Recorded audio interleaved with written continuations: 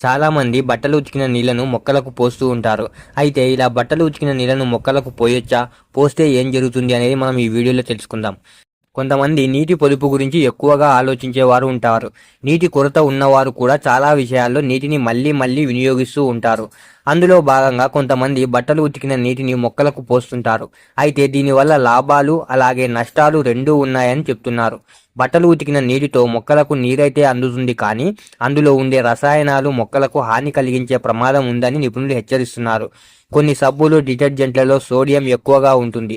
ఇది నేలలో లవణాల స్థాయిని పెంచుతుంది.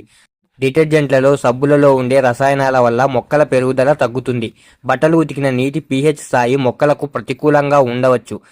ఇది మొక్కలపై ప్రభావం చూపుతుంది అని నిపుణులు చెప్తున్నారు.